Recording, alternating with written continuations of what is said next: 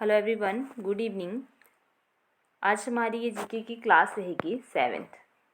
पहले वाली 6 क्लासेस आप चैनल की प्लेलिस्ट में जाकर के देख सकते हो। जो नए बच्चे होंगे उनको मैं बता देती हूँ कि इस सीरीज़ में हम HP टैट के प्रीवियस ईयर्स के पेपरों में आए हुए जी के पार्ट को डिस्कस कर रहे हैं। अलग अलग स्ट्रीम के पुराने पेपर रहेंगे, जैसे कि HP टैट आर्ट्स हो गया, JBT, Shastri, medical, non medical, LT इत्यादि।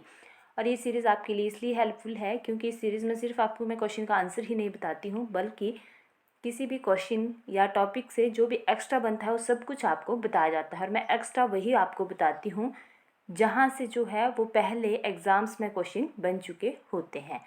तो वो सारे क्वेश्चन मैं आपको बताती हूँ जो कि एग्ज़ाम्स में बनते हैं उस वाले क्वेश्चन या उस वाले टॉपिक से।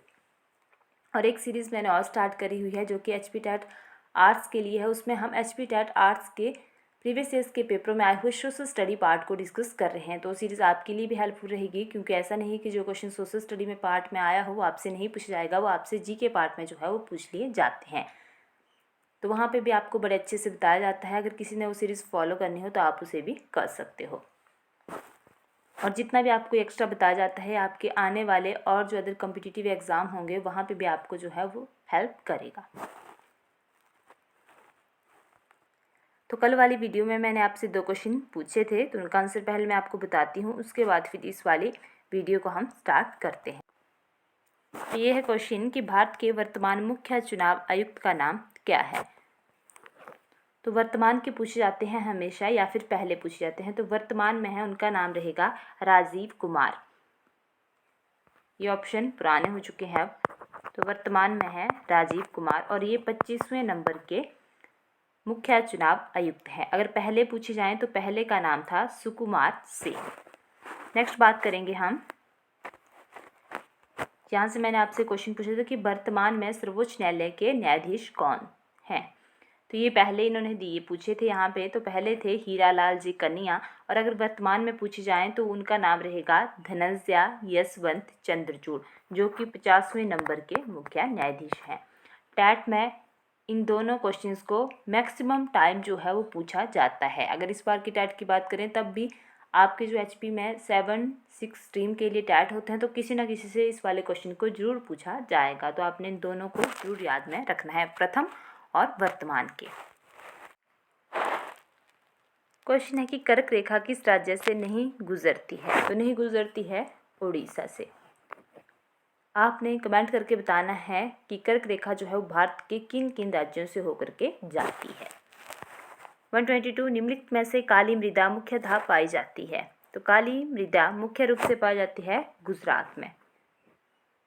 बाकी इसके साथ जो और भी राज्य लगते हैं वहाँ पे भी पाई जाती है ये, ठीक है।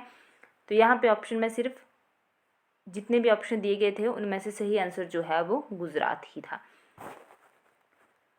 बाकी काली मिट्टी को जो है अन्य नाम से भी जाना जाता है। तो इसके अन्य नाम रहेंगे बेसाल्ट मिट्टी, लावा मिट्टी, स्वायत्ता जुताई वाली मिट्टी, ठीक है, और चेरनोजम भी इसी को ही जो है कहा जाता है। चेरनोजम जो है वो काली मिट्टी का अंतर्राष्ट्रीय नाम है। महीन कणों वाली मिट्टी, तो सब कुछ आपने याद रखना है कि इसी मिट्टी के ही नाम है। रेगूर मिट्टी, ये भी काली मिट्टी को ही कहा जाता है। 123 डैश डैश रबी की फसल है। तो रबी की फसलें वो फसलें होती हैं जो कि ठंड के टाइम बोई जाती हैं। तो आजकल जो है वो रबी की फसलें बोई गई हैं। तो रबी की फसलें जो है वो अक्टूबर नवंबर मंथ में बोई जाती हैं। जब अब देखिए आप गेहूँ अब हम बोएंगे, तो ये जो है वो रबी की फसल है, ये ठंड में बोई जाती हैं। तो ठंड में आप देख लीजिए कि अक्टूबर नवंबर का मंथ रहेगा, उस टाइम पे इन्हें बो दिया जाता है और फिर जो है वो मार्च अप्रैल के टाइम इन्हें काट लिया जाता है। तो बाकी जिन्होंने फसलों का काम देखा होगा उनको पूरा आइडिया होगा। चावल जो है आपको पता है कि गर्मियों की फसल है, उस टाइम पे होते हैं। सोयाबीन भी उसी टाइम पे होते हैं और मक्का भी उसी टाइम पे होते हैं। तो तीनों जो है वो एक टाइम पे होने वाली फसलें हैं और ये तीनों ही जो है वो खरीफ की फसलें हैं। तो करेक्ट आंसर रहेगा ए, गेहूं रबी की फसल है। इन्हें ठंड के टाइम में बोया जाता है, जैसे अक्टूबर नवंबर मंथ में, और इसे जो है वो मार्च अप्रैल में काट लिया जाता है। 124 चूना पत्थर को किस उद्योग में कच्चे माल के रूप में प्रयोग किया जाता है। करेक्ट आंसर रहेगा सीमेंट। रिपीटेड क्वेश्चन है, टैट में बहुत ज़्यादा बार पूछा जाता है। नेक्स्ट क्वेश्चन है कि किस देश की सीमा उत्तराखंड, उत्तर प्रदेश, बिहार, पश्चिम बंगाल और सिक्किम को छूती है? तो देश पूछा है इन्होंने, तो करेक्ट आंसर रहेगा सी, नेपाल की। नेपाल के साथ जो है वो उत्तराखंड भी लगता है, फिर उत्तर प्रदेश लगता है, बिहार लगता है, पश्चिम बंगाल लगता है और सिक्किम लगता है। ठीक है, ऐसे है नेपाल। तो यहाँ से सारी बाउंड्रियाँ जो है इसके साथ टच होती हैं। वास्को दा गामा भारत कब पहुँचा? 1498 में। बहुत से कॉम्पिटिटिव एग्जाम्स में ये वाला क्वेश्चन जो है वो रिपीट किया जाता है। नेक्स्ट क्वेश्चन है कि स्वर्ण मंदिर कहाँ है? सबसे आसान क्वेश्चन है ये। तो स्वर्ण मंदिर जो है वो है अमृतसर में। क्वेश्चन टैट में पूछा जाता है कि स्वर्ण मंदिर की स्थापना किसने की थी? तो स्वर्ण मंदिर को ही हरमंदिर साहिब के नाम से भी जाना जाता है। तो स्वर्ण मंदिर की स्थापना करते हैं गुरुओं के 5वें गुरु, गुरु अर्जुन देव।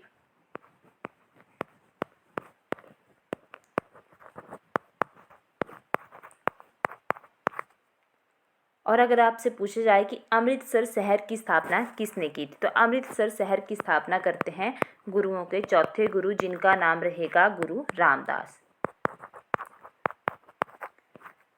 तो क्रम वाइज भी याद रखना, अमृतसर शहर की स्थापना करते हैं गुरुओं के 4थे गुरु, गुरु रामदास जी। और गोल्डन टेम्पल की स्थापना करते हैं गुरुओं के 5वें गुरु, गुरु अर्जुन देव जी। 128 टोडरमल किसके राजस्व मंत्री थे? तो ये थे, ऑप्शन ए सही रहेगा, अकबर के। 129 सोमनाथ मंदिर किस राज्य में है? तो ये है गुजरात में। इसी मंदिर को जो है वो महमूद गजनवी के द्वारा जो है वो लूटा जाता है। डेट पूछ जाए तो 1025 में जो है वो महमूद गजनवी के द्वारा सोमनाथ मंदिर को लूटा जाता है। महमूद गजनवी के साथ ही भारत में जो है वो उतबी, अलबरूनी तथा फिरदौसी जो है वो आए थे। जरूर याद रखना है आपने, कई बार जो है एग्जाम्स में ये क्वेश्चन पूछा जाता है। और अलबरूनी की किताब पूछी जाती है कि अलबरूनी की किताब का नाम क्या है? तो उनकी किताब का नाम जो है वो है किताबुल हिंद। तो इसकी किताब का नाम भी आपने जरूर ध्यान में रखना है। अलबरूनी की किताब का नाम है किताबुल हिंद। टैट में पहले ये क्वेश्चन पूछा गया है। 131 नेक्स्ट क्वेश्चन है कि दक्षिण गंगोत्री क्या है? तो ये है एक शोध केंद्र। ऑप्शन डी सही रहेगा। भारत ने जो है वो अंटार्कटिका में 3 शोध संस्थान खोले हुए हैं, जिनके नाम रहेंगे गंगोत्री, मैत्री तथा भारती। फिर से बोल रही हूँ कि भारत ने जो है वो अंटार्कटिका में 3 शोध केंद्र जो है वो खोले गए हैं, जिनमें रहेंगे दक्षिणी गंगोत्री, एक यही है, एक है मैत्री तथा एक है भारती। अगर नेक्स्ट टाइम आपसे क्वेश्चन पूछा जाए कि मैत्री तथा भारती क्या हैं, तो ये भी जो है वो शोध केंद्र ही हैं, रिसर्च सेंटर। 132 क्षेत्रफल के अनुसार भारत का सबसे बड़ा राज्य कौन सा है? सबसे बड़ा पूछा गया है तो वो है राजस्थान। Option C. आप ऐसे ट्रिक से भी याद सकते हो, राज से मतलब राजा।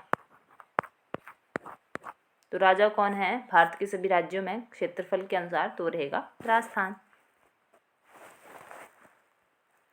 133 नर्मदा नदी किस सागर में गिरती है?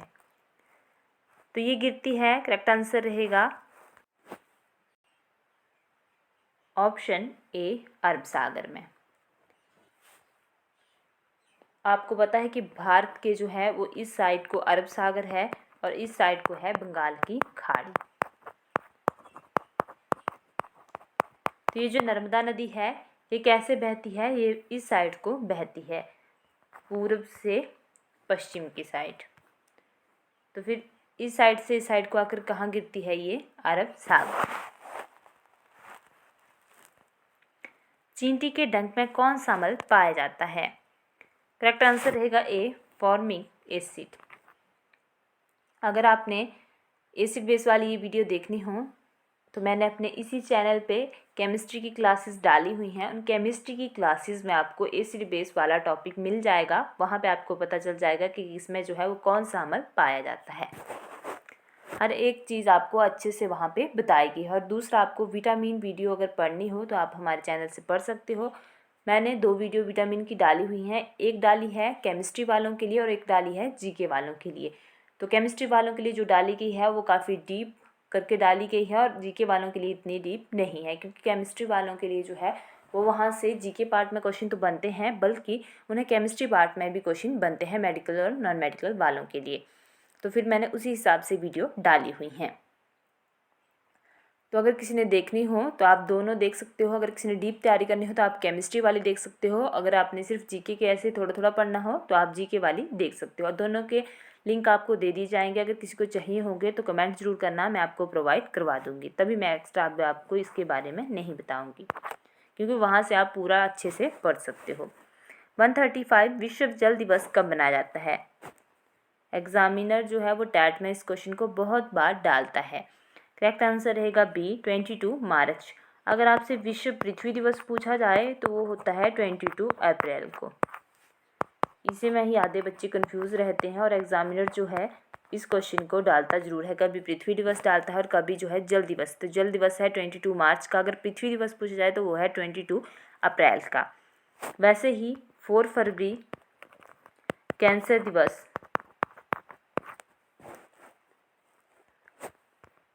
11 जुलाई जनसंख्या दिवस,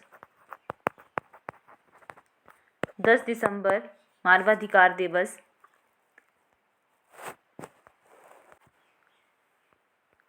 16 सितंबर जो है उस दिन होता है विश्व ओजोन दिवस। 7 अप्रैल को होता है विश्व स्वास्थ्य दिवस। 28 फरवरी को होता है जी राष्ट्रीय विज्ञान दिवस। और 9 जनवरी को होता है प्रवासी भारतीय दिवस। बाकी कभी फिर से आएंगे, कभी क्या बहुत बारी सीरीज़ में डेज वाले क्वेश्चन आएंगे, मैं आपको जो है वो क्रम वाइज बता दूंगी जब भी नेक्स्ट टाइम ही आएंगे। 136 मानव में ध्वनि की श्रव्यता का परिसर क्या है? तो है 20 हर्ट्ज से 20,000 हर्ट्ज तक। Option A.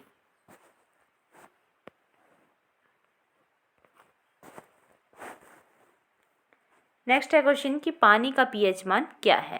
तो होता है 7 न्यूट्रल। Option C. नेक्स्ट है कि एपीकल्चर क्या है? तो मधुमक्खी पालन जो है इसमें किया जाता है। करेक्ट आंसर रहेगा डी। अगर आपसे पूछा जाए सेरीकल्चर तो उसमें जो है वो रेशम कीट पालन किया जाता है। नेक्स्ट है 139 की ज्वार भाटा क्यों आता है?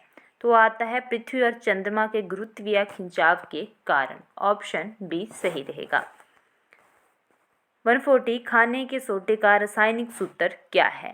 करेक्ट आंसर रहेगा बी NaHCO3। ये जो आपसे केमिकल फार्मूले हैं ये जीके पार्ट में भी पूछे जाते हैं और केमिस्ट्री पार्ट में भी पूछे जाते हैं।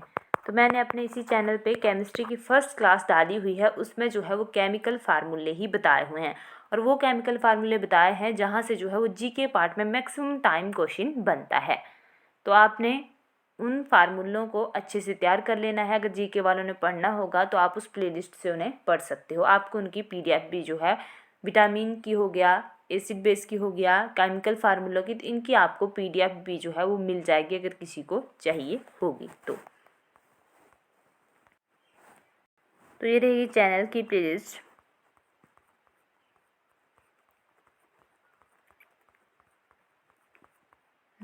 ये रहेंगी केमिकल फार्मूले केमिस्ट्री की क्लासेस। तो एक बार मैं ओपन करके बता देती हूँ आपको। तो ये है केमिकल फार्मूले।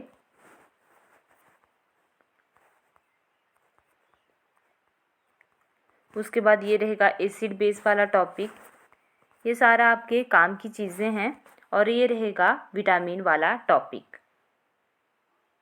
ठीक है, तो आप तीनों क्लासेस को जो है इनको केमिस्ट्री के लिए भी और जो है वो जीके पार्ट के लिए भी पढ़ सकते हो। बाकी जो HP टैट नॉन मेडिकल वाले होंगे वो अपनी केमिस्ट्री की क्लासेस जो है यहाँ से लगा सकते हैं अपने आने वाले टैट के लिए। और दूसरा मैंने फिजिक्स की क्लासेस भी डाली हुई हैं HP टैट नॉन मेडिकल के लिए, तो जिसको अगर लगानी हो क्लासेस तो आप यहाँ से लगा सकते हो। बाकी आपको हमारे चैनल के पे JBT और नॉन मेडिकल के लिए जो है वो मैथ्स की क्लासेस भी मिल जाएंगी। तो आप एक बार हमारे चैनल की प्लेलिस्ट को देख लेना, जो जो क्लासेस आपको लगे कि आपके लिए हेल्पफुल हैं, आपको अच्छी लगी, तो आपने यहाँ से तैयारी कर लेनी है अपने आने वाले टेट के लिए। और ये सारी की सारी क्लासेस जो हैं वो फ्री हैं, तो यहाँ से आपकी हेल्प हो जाएगी। तो अगर किसी ने देखनी हो तो क्लासेस पहले हमने डाल दी हैं, तो आप यहाँ से देख सकते हो। बाकी वीडियो अच्छी लगे तो वीडियो को लाइक करना, शेयर करना और चैनल को सब्सक्राइब करना ना भूलना। Thank you.